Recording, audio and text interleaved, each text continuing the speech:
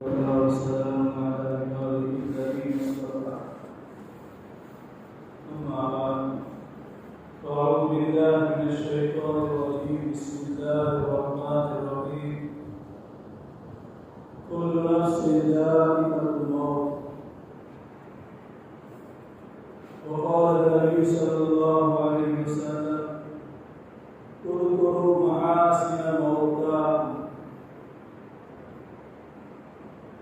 صدق اللہ العظیم وصدق رسولہ النبی الکریم۔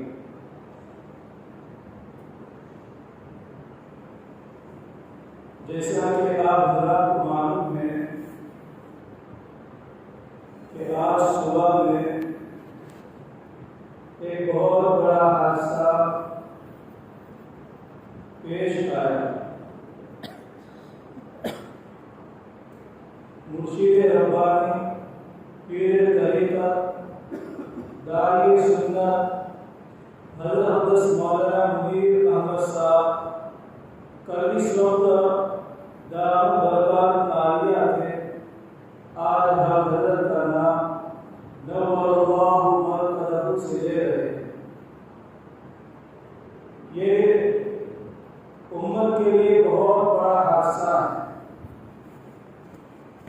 اور اس وقت ہم نے موضوع اس لیے طے کیا کہ اس مجلس میں حضرت سے شہزاد بیعت و ارادت کا تعلق رکھتے ہیں،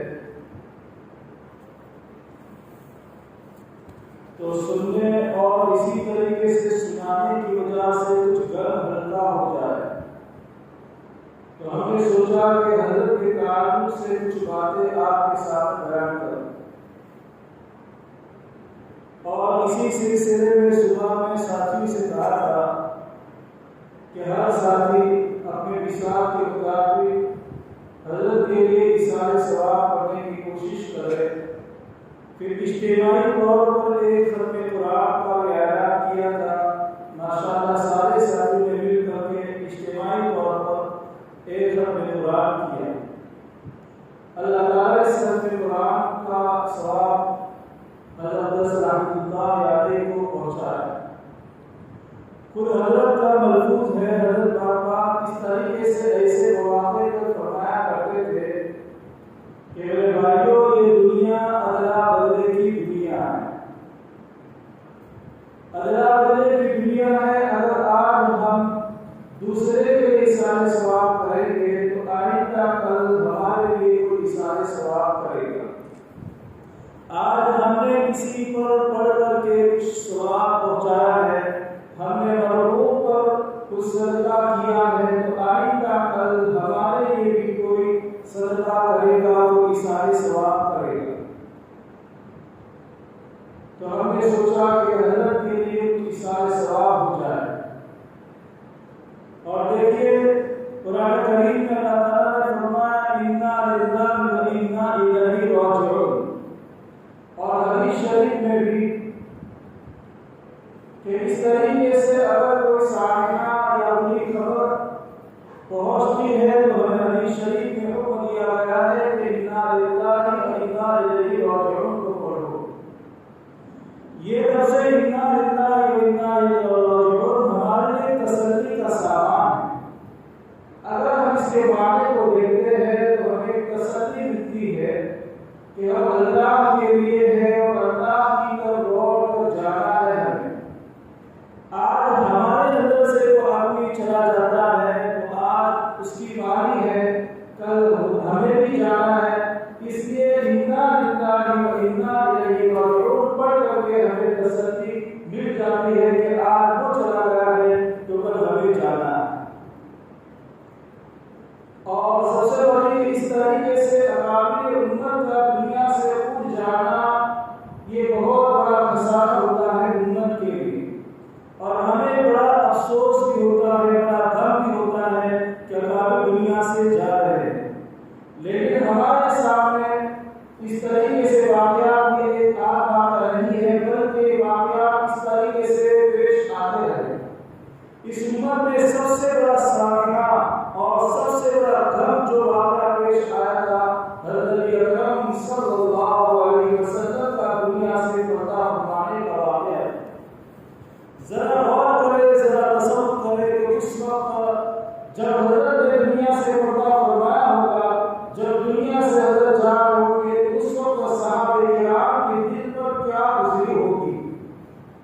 جو صحابہ کرام ہمارا وقت حضرت کے ساتھ میں رہا کرتے تھے، اس وقت حضرت نبی اکرم صلی اللہ علیہ وسلم کی وفات ہو گئی ہوگی، تو حضرت صحابہ کرام کو کیا خوشی ہوگی، ذرا ہمارے لیے تسلی کا سامان۔ اس سے بڑھ کر ہم دیکھتے ہیں کہ حضرت نبی اکرم صلی اللہ علیہ وسلم کو جب قبر میں اتارنے کی باری آئی ہوگی تو کون سے صحابی نے پہلے ہمت کی ہوگی کہ اپنے ہاتھوں سے حضرت کو قبر میں اتارا ہوگا۔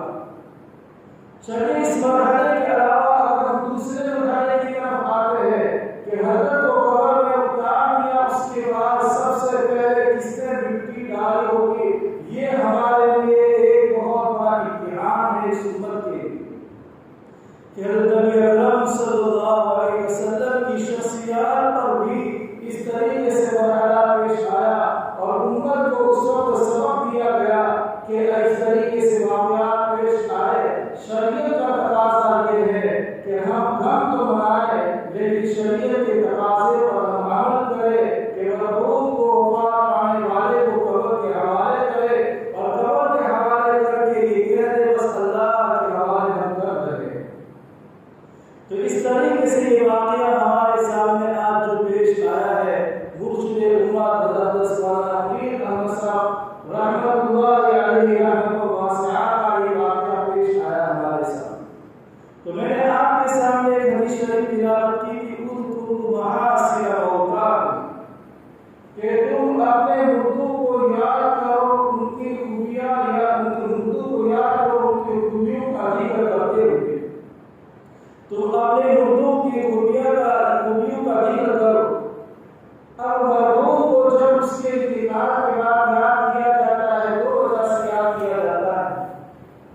ایک تو اس لیے یاد کیا جاتا ہے کہ انسان اس مرحوم کو یاد کرتا ہے اور اس کی خوبیوں کا تذکرہ کرتا ہے۔ آتا ہے حدیث شریف میں وَأَنْتُمْ شُهَدَاءُ اللَّهِ فِي الْأَرْضِ، کہ تم اللہ کے گواہ ہوتے ہو زمین میں کہ جس مرحوم کا اچھا انداز میں تذکرہ بندہ کرتا ہے تو گویا اس مرحوم کے باپ یہ کہتا ہے کہ اللہ کا نیک بندہ تھا، اللہ والا تھا، اس نے اچھی زندگی گزاری تھی، ہم ایک طرح کی گواہی اللہ کو دے رہے ہیں۔ وَأَنْتُمْ شُهَدَاءُ اللَّهِ فِي الْأَرْضِ، تو یہ مردوں کو جو تذکرہ کیا جاتا ہے، مرحوم کا جو تذکرہ کیا جاتا ہے، اس کا ایک سبب یہ ہے۔ دوسرا سبب جو ہوتا ہے کہ کسی مرحوم کو مرحوم کا تذکرہ کر کے ہم اس کی خوبیوں کا تذکرہ کریں، اس کے محاسن کا تذکرہ کریں، اس کے عمدہ اخلاق کا تذکرہ کریں، اس کی عبادات کا تذکرہ کریں۔ ان عبادات کا تذکرہ کر کے ہمارا مقصد یہ ہے کہ مرحوم میں جو صفات تھی اس صفات کو ہم رہنے والے بن جائیں۔ مرحوم کے جو اخلاق حسنات ہیں وہ اخلاق حسنہ ہم اپنی زندگی میں لائیں۔ مرحوم کے اندر جو اچھی عبادات تھی وہ عبادتیں ہم اپنے اندر لائیں۔ اس لیے کہا کہ اذکروا محاسن موتاکم، تم اپنے مردوں کے محاسن کا تذکرہ کرو۔ تو میرے بھائیوں اور دوستوں بزرگوں، ہمارے حضرت رحمۃ اللہ علیہ حضرت مولانا میر احمد صاحب رضی اللہ عنہ بہت سارے خوبیوں کے مالک تھے۔ حضرت کے ایسے ایسی خوبیاں تھیں کہ ہم اس کو آپ کے سامنے ایک مجلس میں شمار نہیں کرا سکتے۔ اس میں سے چند خوبیوں کی طرف میں آپ کو اشارہ کرنا چاہ رہا ہوں۔ سب سے بڑی خوبی حضرت کا یہ تھی اتباع سنت۔ حضرت کو میں نے اور اسی طریقے سے بہت سارے حضرات نے دیکھا ہوگا کہ ہر کام کے اندر حضرت سب سے پہلے حضرت نبی اکرم صلی اللہ علیہ وسلم کی سنت کو پیش نظر رکھنے کی کوشش کرتے تھے۔ حضرت یہ چاہتے تھے کہ اپنا کوئی کام خلاف سنت نہ ہو۔ یہ نہیں کہ خود حضرت اپنا اندر بلکہ اپنے متعلقین، اپنے ملنے جلنے والے جتنے لوگ ہوتے ہیں ان کے ساتھ بھی حضرت کی یہ تعلیم تھی کہ بھائیوں کے جو کام کرو سنت کے مطابق کرو، تاکہ یہ سنت کے مطابق کرنے کی وجہ سے ہمارے دنیا میں آنے سے حضرت اکرم صلی اللہ علیہ وسلم کی ذات کو یاد کرتے ہوئے حضرت کی منشا کے مطابق ہم زندگی گزارے تو ہماری یہ زندگی گزارنا کامیابی کا سبب بنے۔ تو سب سے بڑی چیز حضرت کے اندر جو تھی اتباع سنت۔ اس کے واقعات حضرت کے بہت سارے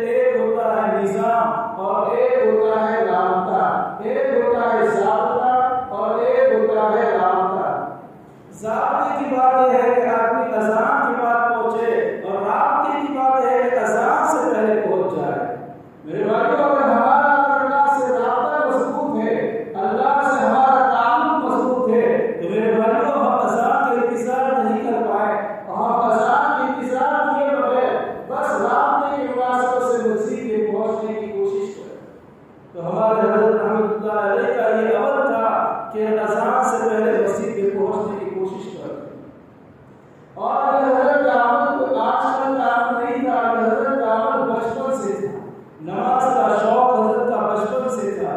مدرسہ میں جہاں قرآن کلام حضرت پڑھتے تھے وہاں حضرت کے بعد مشہور تھا، یہ کبھی مسبوق نہیں ہوتے تھے، کبھی ان کے رکعت فوت نہیں ہوتی تھی۔ حفظ کے زمانے میں، فارسی کے زمانے میں، جب داغانی کا زمانہ ہوتا ہے، کھیل کود کا زمانہ ہوتا ہے، اس زمانے میں بھی حضرت کی نماز یہ جماعت فوت نہیں ہوتی تھی، کبھی مسبوق نہیں ہوتے تھے، کبھی رکعت فوت نہیں ہوتی تھی۔ ایک مرتبہ کا واقعہ ہے کہ حضرت مولانا عبدالحلیم صاحب رحمۃ اللہ علیہ نے حضرت کو ایک مرتبہ کسی کام سے کسی جگہ بھیجا، وہاں گئے اور آتے ہوئے دیر ہوئے، کوئی سوال یہ تھی چل کر آنے کا وقت زمانہ تھا، وہ تو چل کر آ رہے تھے تو دیر ہو گئی آنے میں، تو اس وقت حضرت کی رکعت چھوٹ گئی، تو دیکھا کہ جو وہاں اساتذہ تھے طلبا تھے بالکل گھور گھور کے دیکھ رہے، کیا بات ہے کہ نوری احمد کی رکعت چھوٹ گئی، کیا بات ہے نوری احمد کی رکعت چھوٹ گئی۔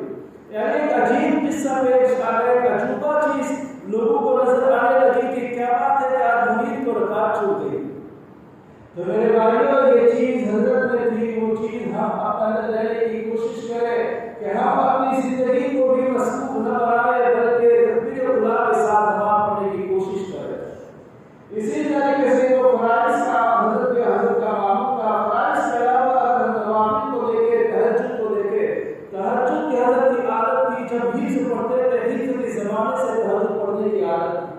مدرسہ میں مشہور تھا کہ سب سے پہلے اگر کوئی طالب علم اٹھتا ہے تو یہ منیر احمد اٹھتا ہے، بلکہ یہاں تک مشہور تھا بلکہ جہاں جو استاد سے جن کے ذمے تھے استاد طلبا کو اٹھانے کی جو نگرانی تھی، تو وہ نگرانی والے استاد یہ کہتے تھے کہ مجھے آپ اٹھایا کریں، یا اسی طریقے سے آپ طلبا کو اٹھایا کریں۔ یعنی آپ سوچنے کا وقت ہے کہ آپ کتنے جلدی اٹھتے ہوں گے حضرت، جس کی وجہ سے نگرانی والے استاد یہ کہتے تھے کہ مجھے اٹھا دیا کریں۔ بلکہ بعض مرتبہ ایسا ہوتا تھا کہ اگر کسی کو صبح سویرے سفر کرنا ہوتا تھا، کسی جگہ جانا ہوتا تھا، تو اس وقت وہ حضرت کو جا کر اطلاع کر دیتے تھے کہ مجھے صبح میں جانا ہے، مجھے فلاں وقت اٹھا دینا۔ تو جس کی ابتدا یعنی جب جس کی ابتدا یہ ہو کہ تہجد یعنی ابتدائی میرے معمول ہو تو امتحان کا معمول ہوگا، آئیے امتحان کا معمول آپ کے ساتھ ہوتا ہے۔ حضرت اپنے گھر کے اندر ایک نظام تھا کہ تہجد کے وقت 3 بجے کے قریب آئے دن رمضان میں آئے دن کے 2:30 بجے 3 بجے حضرت کا اٹھ جانا اور اٹھ کر کے اللہ کے سامنے ناز و نیاز کرنا حضرت کے ہمیشہ سے عادت تھی۔ خود حضرت نے میرے سامنے بیان کیا تھا کہ ہم ایسا کرتے ہیں کہ صبح اٹھ جاتے ہیں اور اٹھ کر استنجا کے چلے جاتے ہیں، تو اتنے میں ہمارے گھر والے اٹھ کر کے آتے ہیں اور آ کر کے سجدہ بچھا دیتے ہیں، میرے لیے انتظام کر دیتے ہیں۔ اور حضرت فرماتے آگے بات یہ ہے کہ ہمارے گھر کا ماحول یہ تھا کہ اس وقت میں اپنے گھر والوں کو کہہ دیتا کہ تم فلاں روم میں بیٹھ جاؤ، میں یہاں پر بیٹھ کر کے اللہ کے سامنے ناز و نیاز کروں گا، اس لیے کہ اللہ سے باتیں کرنے کا وقت ہے، تم اللہ سے اپنی جگہ پر بیٹھ باتیں کرو، میں یہاں بیٹھ کر کے اللہ سے باتیں کروں۔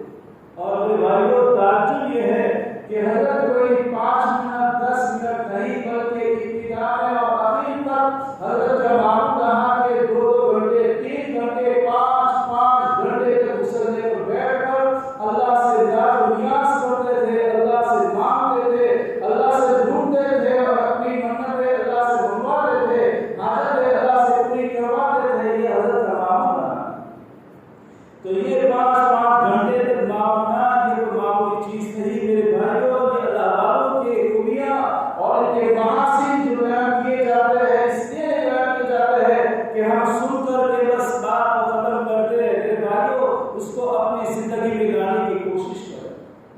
اب اس زمانے میں حضرت یعنی جس زمانے میں شروع کا زمانہ تھا، اس وقت حضرت کی ذمہ داریاں بہت تھی، مکاتب کے نظام کو سنبھالنا، کئی مکاتب کی نگرانی حضرت میں ذمہ تھی، اور اس وقت مسجد کی ذمہ داری بھی تھی، اور ایک طرف 5 گھنٹے اللہ سے مانگنا، اور دوسری طرف حضرت نے ہمارے ساتھ ایک مرتبہ بیان کیا تھا کہ وہ صاحب ہم اللہ کا شکر ہے کہ ابتدا میں ایک قرآن یومیہ ختم کرتے تھے، ایک قرآن روزانہ ختم کرتے تھے۔ تو جس آدمی کا یہ حال ہو تو اس کی انتہا کیا ہوگی؟ تو یہ حضرت عبادت کے تعلق سے کہ اس طریقے سے اللہ سے اپنا تعلق مضبوط کرتے ہیں. اسی طریقے سے حضرت کے حقوق العباد کے بعد میں آپ نے بیان سنا ہوگا کہ حضرت دو چیزیں بیان میں شروع کرنے سے پہلے کہتے ہیں دو چیزیں ہیں شریعت کا خلاصہ دو چیزوں پر ہے حقوق اللہ اور حقوق العباد. تو حقوق اللہ کو بیان کرتے ہیں پھر کہتے ہیں حقوق العباد اور زیادہ بیان حضرت کا زور اسی کو رہتا ہے کہ حقوق العباد ادا بندے کو حقوق ادا کرو. حقوق اللہ میں اللہ چاہے گا تو معاف کرے گا لیکن بندے کے حقوق میں اللہ تعالیٰ بندے ہی کو اختیار دیں گے بندے ہی سے معاف کرنا پڑے گا. تو قیامت کے دن کوئی بندہ ایسا مشکل ہے کہ معاف کرے. اس لیے ہر ایک کی یہ چاہت ہوگی کسی نہ کسی طریقے سے میرے اعمال میں اضافہ ہو جائے. تو حضرت کی سب سے زیادہ فکر ہوتی تھی کہ حقوق العباد ادا کرے.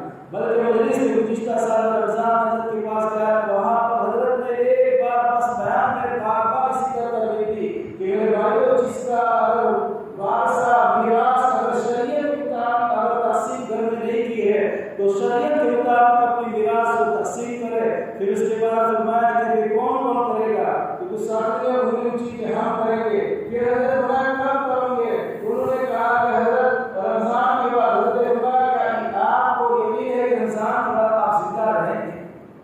پھر کچھ ساتھی نے کہا کہ حضرت ہم آج سے کہاں کہ ہاں. پھر ایک ساتھی کھڑے ہو گئے تو حضرت اپنے پاس اچھا کب سے ارادہ کر رہے تو آج سے ارادہ کیا ہے تو آپ کے پاس نوٹ ہے کاغذ ہے نوٹ اور کاغذ میں لکھ دو آپ کیا حساب ملتا ہے اس حساب کو شریعت کے مطابق گھر میں تقسیم کر دو میراث کو تقسیم کرو. تو میرے بھائیوں یہ اہل اللہ کی زندگی اور اسی طریقے سے حضرت نے اپنی زندگی کو اس طریقے سے گزارا کہ حقوق العباد کی فکر ایسی رہتی تھی کہ خود تو اپنی فکر کی جیسا حضرت کے بعد مشہور ہے کہ جب وہ فارغ ہو کر گیا سب سے پہلے اپنے گھر کے اندر جو کام ہے دیگر کام کے ساتھ میں جو اہم کام اور اہم رول ادا کیا ہے کہ اپنے گھر میں میراث کو شریعت کے مطابق تقسیم کروایا. یہ عالم کی اصل خوبی یہی ہوتی ہے کہ عالم پڑھ کر کے آتا ہے مسائل کو سمجھ کر کے آتا ہے حدیث کو پڑھ کر کے آتا ہے لیکن اپنا گھر اپنے گھر میں اس کی تعریف نہیں کرتا ہے اپنے لوگوں میں اس کی تعریف نہیں کرتا ہے. نتیجہ یہ ہوتا ہے کہ ہمارے علم کا کوئی فائدہ نظر نہیں آتا. دیکھیے ہمارے حضرت رحمۃ اللہ علیہ ایک وقت ہمارے پالتو تشریف لے گئے میرے گھر پر تشریف لے گئے پھر گھر جا کر گئے. اس کے بعد جب بمبئی تشریف لے گئے تو میں نے حضرت کو فون ملا میں نے کہا حضرت کیسا سفر رہا. تو حضرت نے ایک عجیب آہ بھر کر کے فرمایا بیٹا بہت اچھا لگا. یہ حضرت کے الفاظ ہمیشہ رہتے تھے بیٹا بہت اچھا لگا لیکن وہاں میں نے دیکھا کہ امت بہت قاسی ہے. حضرت یہ کہہ کر بولے کہ امت بہت قاسی ہے کہ بیٹا محنت کرنا ہے امت بہت قاسی ہے امت بہت قاسی ہے. حضرت یہ الفاظ ہمارے دل پر ایسے لگے جیسے کہ کسی نے تیر مارا ایسا لگ رہا تھا. تو میرے بھائیوں یہ اللہ والوں کی فکریں رہتی ہے ہمیشہ کہ امت بہت قاسی ہے. اس طریقے سے اللہ کو بلاتے تھے ہر وقت یہی فکر رہتی تھی کس طریقے سے میرے نبی صلی اللہ علیہ وسلم کی امت صحیح راہ پر آ جائے. اللہ کی فکریں حضرت والا کی فکریں. اسی طریقے سے حضرت کو میں نے دیکھا کہ نظام الاوقات کا ایسے پابند کہ اللہ اکبر اگر بیان حضرت کو کہا جائے کہ حضرت آپ کو آدھا گھنٹہ بیان کرتا ہے مجال ہے کہ آدھے گھنٹے پر آدھی منٹ بھی ضائع کبھی بھی ضائع نہیں ہوگی. ہم نے دیکھا حضرت کو بلکہ ہمیشہ کئی لوگوں سے سنا کہ حضرت اگر بیان کا آدھا گھنٹہ کہا جاتا اس سے پہلے بیان ختم کر دیتے.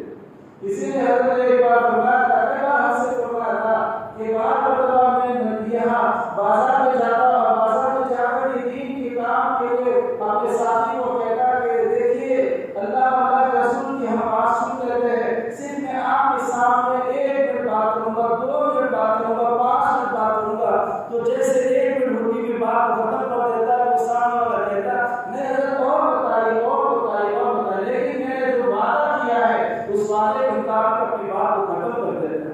تو جس کا اثر ہوتا ہے آج ہم علماء میں ہم لوگوں میں کبھی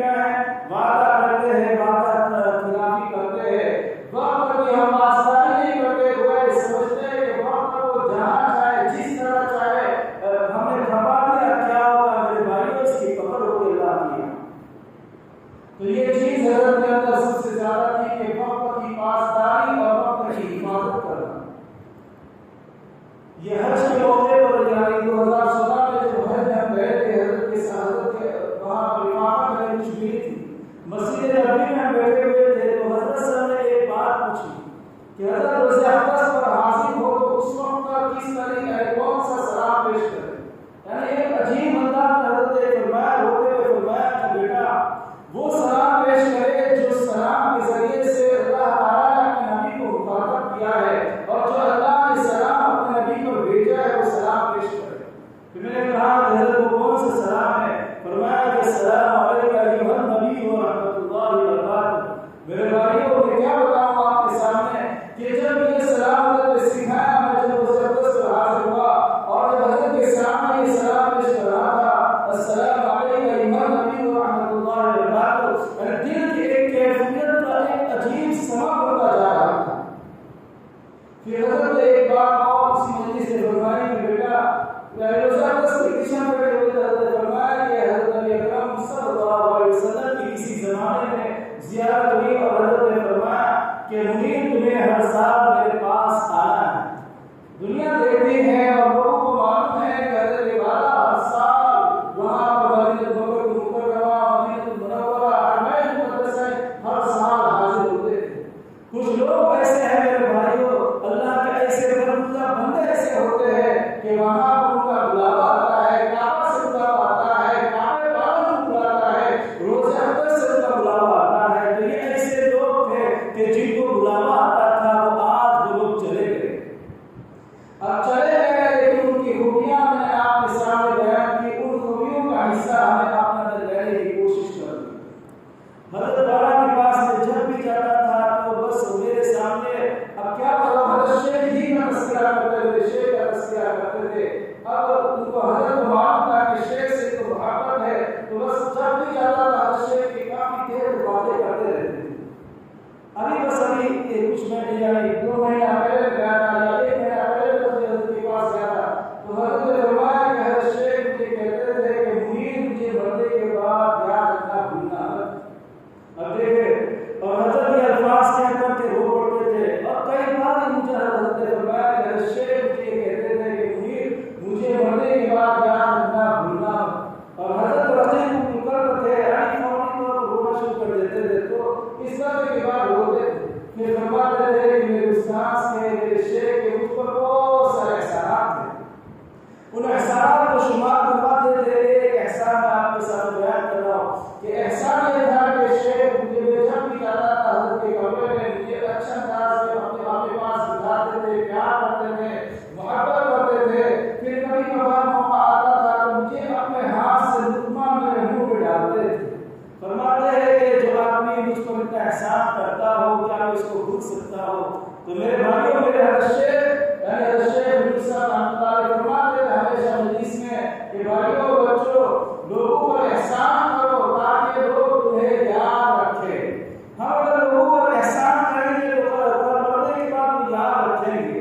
اس پر حضرت ایک واقعہ بیان کرتے تھے، واقعہ مجھے یاد ہے کہ ایک آدمی کا انتقال ہو گیا اور انتقال کے بعد دیکھا کہ اس کا چہرہ کالا ہو گیا، سیاہ ہو گیا ہے۔ پھر ایک آدمی دوڑتا ہوا آیا کہ ہمارے جو مجھ پر احسان کرتے تھے، جو میرے محسن تھے، ان کا آج انتقال ہو گیا ہے، چلتا ہوں ان کے گھر جاتا ہوں، سارے ثواب کرتا ہوں۔ تو آدمی آ کر کے دیکھتا ہے کہ ان کے محسن کا چہرہ پورا کالا ہو گیا، سیاہ ہو گیا ہے، اور وہ فکر میں ہو گیا کہ اللہ کیا ہو گیا ہے۔ تو اس نے وہیں بیٹھے بیٹھے اس سرحد میں بیٹھ کر کے اللہ سے مدد سوال کر دی کہ اللہ مجھ پر احسان کرتا تھا، میرے ساتھ اچھا برتاؤ کرتا تھا، اللہ جس گناہ کی بنا پر اس کا سیاہ چہرہ ہو چکا ہے، اللہ میں اس کی طرف سے معافی چاہتا ہوں، اللہ میں اس کے گناہ کو معاف کر دیجیے گا۔ وہ بیٹھے بیٹھے دعا کر رہا ہے اور وہاں چہرہ کا رنگ بدلتا جا رہا ہے، وہاں چہرہ نورانی ہوتا جا رہا ہے، یہاں تک کہ چہرہ نورانی ہو گیا۔ تو اس پر ہمارے شیخ فرمایا کرتے تھے بچوں لوگوں پر تم احسان کرو، لوگوں کے ساتھ اچھا برتاؤ کرو، کسی کے ساتھ خیرات کرو، پیسے کے ذریعے سے مدد کرو، تاکہ جس پر تم احسان کرو گے وہ تمہیں یاد رکھیں گے۔ یہ میرے محسن ہیں آج بھی یاد رکھیں گے۔ اور ہم دیکھتے ہیں کہ آیت کے نیچے سارے شریف آتا ہے حضرت اکرم اکرم صلی اللہ علیہ وسلم نے فرمایا کہ ایک آدمی کے بعد میں جہنم کا فیصلہ ہو گیا ہوگا اور ایک آدمی کے بعد میں جنت کا فیصلہ ہو گیا ہوگا. ایک آدمی ایسا ہوگا جس کے جہنم کا فیصلہ ہو گیا ہوگا، یعنی جس کے جنت کا فیصلہ ہوگا اس کا وہ محسن ہوگا. جس کا جنت کا فیصلہ ہو گیا ہوگا وہ اس کا محسن ہوگا. جس کے جہنم کا فیصلہ ہوا ہے وہ اللہ سے کہے گا کہ اے اللہ یہ میرا محسن تھا، مجھ پر دنیا میں احسان کرتا تھا، اے اللہ اس نے مجھ پر احسان کیا، آپ اس کے ساتھ احسان کا برتاؤ کر. تو اللہ سے درخواست کرے گا، اللہ تعالیٰ اس کی درخواست کو پوری کریں گے کہ میرے اس بندے کے ساتھ وہ احسان کا معاملہ کرتا تھا، آج جس کے اوپر احسان کرتا تھا اس کو جنت دی جا رہی ہے اور احسان کرنے والے کو جہنم دی جا رہی ہے. یہ مجھ سے نہیں ہو سکتا ہے، اس کے بدلے میں جنت دے. میرے بھائیوں، اس مجلس میں ہم بیٹھ کر کے یہ ارادہ کریں کہ ہم لوگوں کے ساتھ اچھا برتاؤ کریں گے، اچھا کریں گے، احسان کریں گے. تو جس پر احسان کریں گے تو احسان کرنے والے ہمیں یاد رکھیں گے. اب میں اپنی بات کو مختصر کرتا ہوا بس بات کو ختم کرنے کی کوشش کر رہا ہوں. بات کو اور عزت کی بات ہے، انشاءاللہ نصیحت آپ کے سامنے رکھیں گے. اب میں آپ کے سامنے جو بول رہا ہوں یا اسی طریقے سے آپ کے سامنے جو بولنے کی ہمت کی ہے وہ کیا وجہ ہوگی؟ یہی ایک برگزیدہ بندے نے ہم پر محنت کی ہوگی. اس برگزیدہ بندے نے ہمیں کچھ راستہ سکھایا ہوگا کہ بچے اس طریقے سے دین کا کام کیجئے، اپنے دل کے ایسی اصلاح کیجئے، اللہ سے ایسا تعلق مضبوط قائم کیجئے. گویا حضرت محمد نے ایک احسان کیا ہے، کیا اس کا ہم اس احسان کو بھول جائے؟ میرے بھائیو ہم نہیں بھول سکتے ہیں. تو حضرت کا یہ احسان ہم پر ہے، اس احسان کو ہم یاد کر رہے ہیں اور اس مجلس کے ذریعے سے حضرت کو مثال ثواب کرنے کی کوشش کریں گے انشاءاللہ. ٹھیک ہے، کریں گے. اور حضرت کے بعد میں خوبیاں بیان کی گئی، بہت ساری خوبیاں ہیں جو مختصر طور پر آپ کے سامنے بیان کی ہے. ان خوبیوں کو ہم لینے کی کوشش کریں. اللہ تعالیٰ حضرت بابا کی مغفرت فرمائے، قبر کو نور سے بھر دے، پسماند اولاد کو صبر جمیل عطا فرمائے. حضرت کے صاحبزادگان کو اور حضرت کے گھر والوں کو اللہ تعالیٰ خوب صبر جمیل عطا فرمائے. حضرت کے جتنے قارئین ہیں، حضرت کے جتنے بیعت ولادت کے جتنے تعلق ہوتے ہیں، اللہ تعالیٰ سب کو صبر جمیل عطا فرمائے اور سب کو حضرت کے صدقے جاریہ بنائے. بہت بڑی بات ہے. ہمیں نہیں جانا تھا کل، یعنی جیسے ہم نے سنا کہ حضرت کی طبیعت کافی خراب ہو رہی ہے، حضرت اسماء یوسف صاحب کا دعوت کرتا کاریا دیگر اکابر نے کہا کہ حضرت کا مشن ہے اور حضرت جی کی یہ چاہت ہے کہ یہ مشن آگے بڑھے اور حضرت کا کام آگے بڑھے. تو وہاں جائیں گے، گھر جائیں گے، بیمار ہو جائیں گے، یہ ہوگا. یہ حضرت کے مشن کو جاری رکھے انشاءاللہ. یہ حضرت کے لیے رسالہ ثواب کا بہترین ذریعہ بنے گا. اس سے ہم رک گئے، دل کو پتھر کر کے رک گئے ہیں. میرے بھائیوں ہم سارے ثواب کریں گے حضرت کے لیے.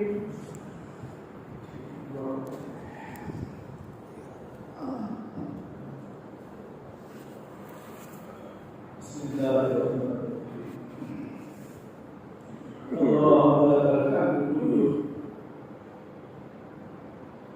اللهم لك الحمد ولك الشكر كله ولك الملك كله وإليك يرجع الأمر كله. سبحانك اللهم وبحمدك وتبارك اسمك وتعالى جدك ولا إله غيرك. يا رب صل وسلم دائما أبدا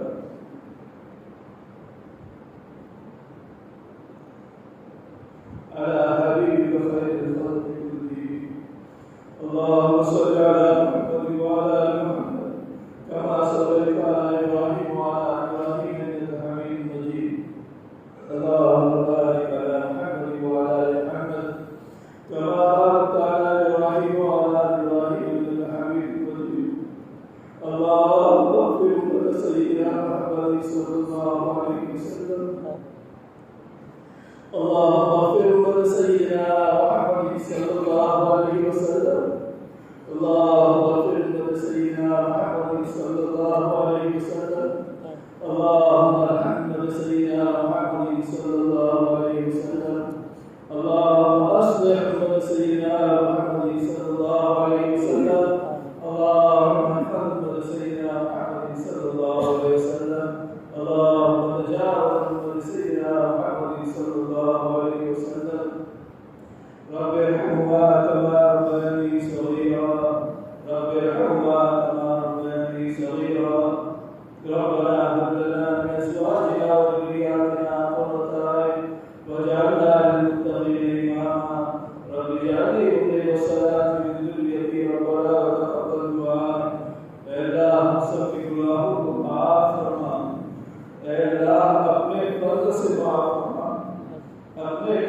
سے معاف فرما، یہ رحمت کا عشرہ چل رہا ہے، اپنی صفت رحمت سے معاف فرما۔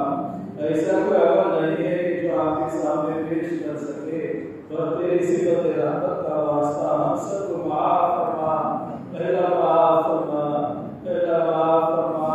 آپ معاف کر دیں گے تو ہمارا بھلا ہو جائے گا۔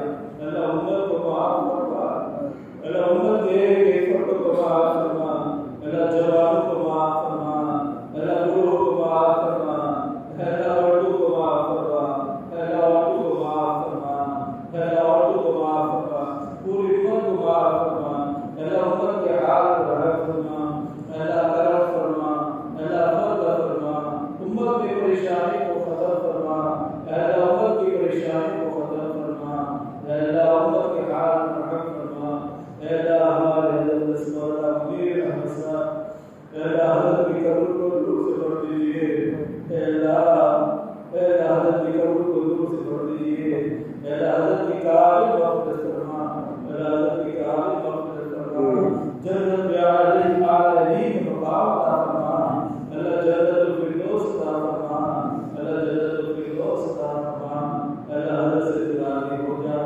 حضرت کے سارے اعمال کو قبول فرما، سارے اعمال کو قبول فرما، اللہ ہم سب کو حضرت کے لیے صدقہ جاریہ بنا، اللہ ہم سب کو حضرت کے لیے صدقہ جاریہ بنا، اللہ حضرت کی رشت کو آگے بڑھانے والا بنا، اللہ اس مسئلے میں بہت رنگ میں ہم نے دیکھا ہے اس طرح کے ساتھ پڑھتے تھے، اللہ حضرت کی رشت کو ہمیں آگے بڑھانے والا بنا، اللہ ہمیں قبول کر دیجیے، اخلاص کے ساتھ قبول کر دیجیے، اللہ اخلاص کے ساتھ دیر دور کے قبول کر دیجیے، اللہ اس مجمع کو معاف فرما، اللہ اس مجمع کو معاف فرما، اس مجمع کی جو جائز تمنا ہے پوری فرما، اللہ پوری فرما، اللہ پوری فرما، اللہ بہت کچھ مانگنا ہے، مانگنا نہیں آتا ہے، جو ٹوٹا ہوا مانگا قبول فرما، قبول فرما، پیارے نبی صلی اللہ علیہ وسلم نے جتنے خیر کی دعا مانگی ہو